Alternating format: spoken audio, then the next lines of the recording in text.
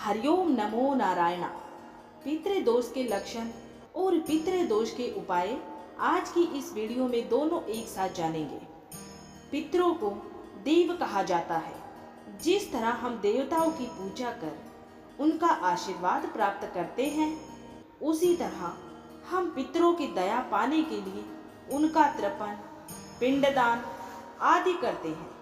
अगर पितरों का तर्पण, श्राद्ध और पिंडदान ठीक से ना किया जाए तो परिवार पितृदोष से ग्रसित हो जाता है।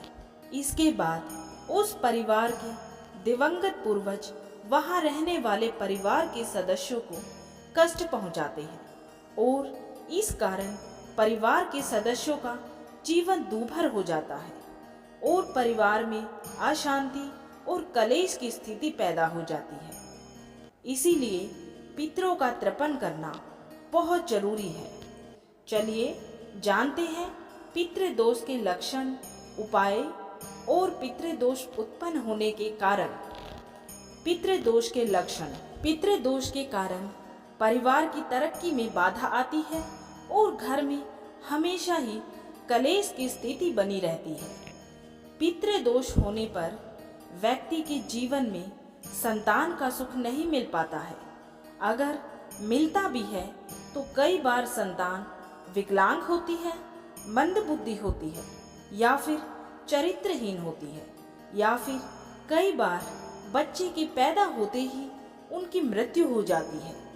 परिवार के सदस्यों पर हमेशा कलंक लगने का डर बना रहता है और समाज में उन्हें सम्मान नहीं मिलता है। पहले से बने काम भी विफल होने लग जाते हैं। व्यापार में सफलता नहीं मिलती और परिवार में हमेशा क्रोध और द्वेष बना रहता है। खाना बनाने में स्वच्छता के सभी नियमों का पालन करने के बाद भी अगर खाना खाते समय आपके खाने में कुछ न कुछ निकलता है तो ये भी एक पितृदोष का लक्षण है। खाने में बाल, कंकड़, पत्थर, कीट आदि पितृदोष के कारण ही निकलते हैं। घर में हमेशा किसी व्यक्ति का बीमार रहना, सेहत का ख्याल रखने के बाद भी अगर आपके घर में कोई व्यक्ति हमेशा बीमारी से पीड़ित रहता है या किसी को बहुत समय से कोई गंभीर बीमारी है तो ये पितृदोष का एक भयंकर लक्षण है। परिवार में विवाह योग्य लोगों का विवाह न हो पाना या फिर विवाह होने के बाद भी तलाक हो जाना या फिर अलगाव हो जाना। पितृदोष होने पर अपनों से ही अक्सर धोखा मिलता है। पितृदोष होने पर व्यक्ति बार बार दुर्घटना का शिकार होता है। उसके जीवन में होने वाले मांगलिक कार्यों में बाधाएं आती हैं। परिवार के सदस्यों पर अक्सर किसी प्रेत बाधा का प्रभाव बना रहता है। परिवार में किसी का आकस्मिक निधन या दुर्घटना हो तो ये पितृदोष का ही संकेत है। बार बार एक्सीडेंट होना भी पितृदोष की तरफ ही इशारा करता है। घर में शाम आते आते अजीब सा सोनापन हो जाएगा, जैसे कि उदासी भरा माहौल। घर का कोई हिस्सा बनते बनते रह जाएगा या फिर बने हुए हिस्से में टूट फूट होगी। उस हिस्से में दरारें आ जाती हैं। जिस घर में पितृदोष हावी होता है उस घर से कभी भी मेहमान संतुष्ट होकर नहीं जाएंगे। चाहे आप कुछ भी क्यों ना कर ले या फिर कितनी ही खातिरदारी कर ले, मेहमान हमेशा नुक्स निकाल कर रख देंगे, यानी कि मोटे तौर पर आपकी इज्जत नहीं करेंगे। घर में चीजें और साधन होते हुए भी घर के लोग खुश नहीं रहते हैं। जब पैसे की जरूरत पड़ती है तो पैसा मिल नहीं पाता है। ऐसे घर के बच्चों को उनकी नौकरी या फिर कारोबार में स्थायित्व लंबे समय बाद ही हो पाता है। बच्चा तेज होते हुए भी कुछ जल्दी से हासिल नहीं कर पाएगा। ऐसी परिस्थितियां हो जाएंगी। बार बार स्वप्न में मृत लोग दिखाई देना या पूर्वज दिखाई देना। परिवार में किसी भी प्रकार की अनुचित घटनाएं जैसे कि हत्या, आत्महत्या या कोई अन्य गंभीर अपराध होने पर भी पितृदोष उत्पन्न होते हैं।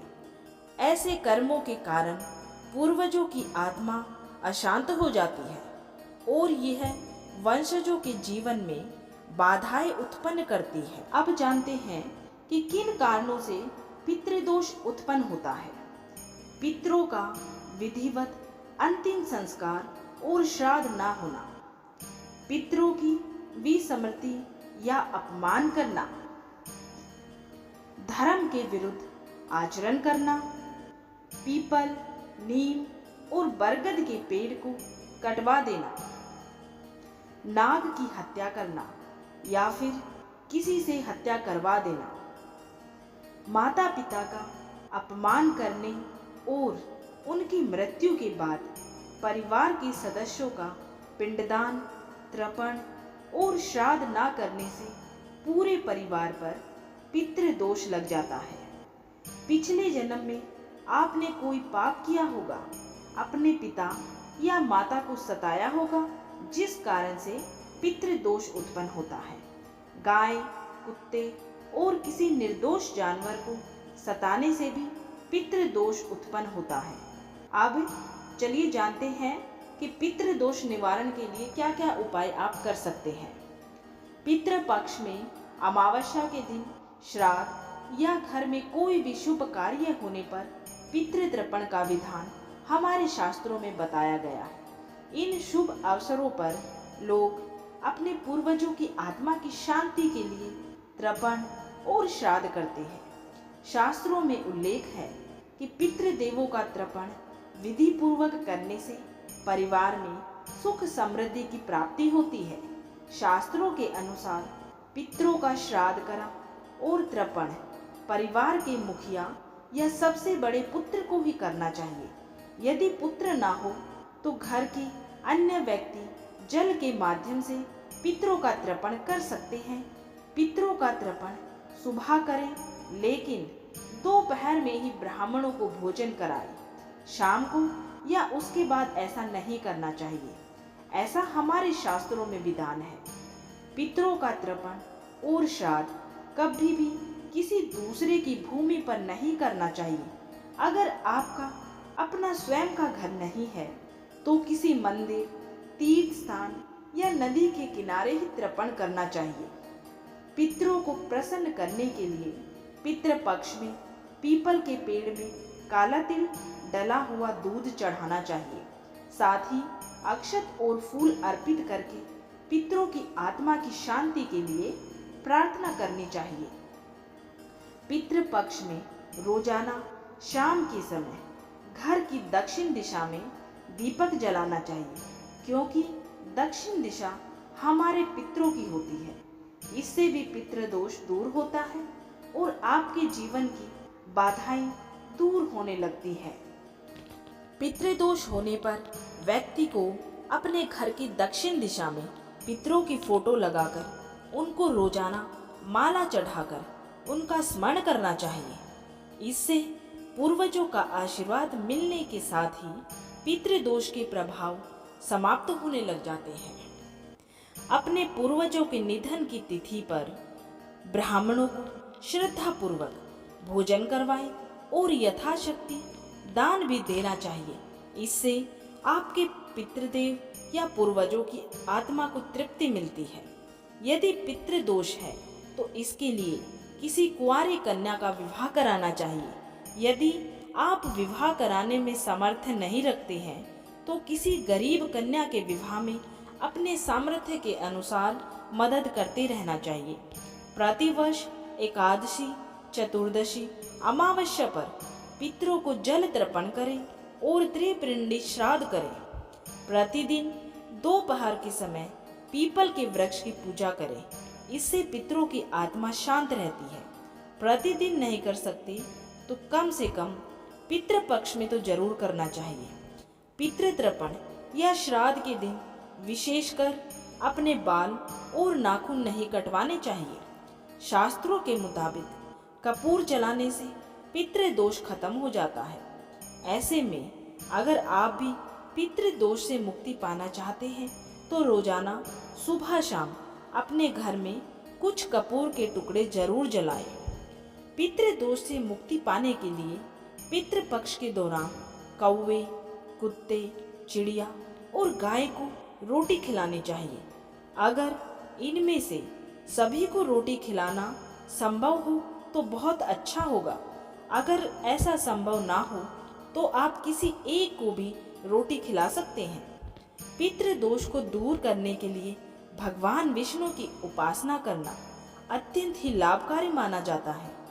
विष्णु सहस्त्र नाम का पाठ या फिर ओम नमो भगवती वासुदेवाय नमः मंत्र का जाप करने से पितृदोष में राहत मिलती है। प्रतिदिन भगवान सूर्य देव को अर्घ्य दें और गायत्री मंत्र का जाप करें। पितृदोष से पीड़ित व्यक्ति को नियमित रूप से गौ सेवा करनी चाहिए। गौ माता को भोजन कराना, उनकी देखभाल करना और गौशालाओं में दान देना अत्यंत ही शुभ माना जाता है। पितरों की आत्मा की शांति के लिए गंगा जल का उपयोग करना अत्यंत ही लाभकारी होता है। घर में गंगा जल का छिड़काव करें और इसे पवित्र मानकर पूजा पाठ में भी उपयोग करना चाहिए। पितृदोष निवारण के लिए धार्मिक स्थलों की यात्रा करना भी एक अत्यंत ही सरल उपाय है।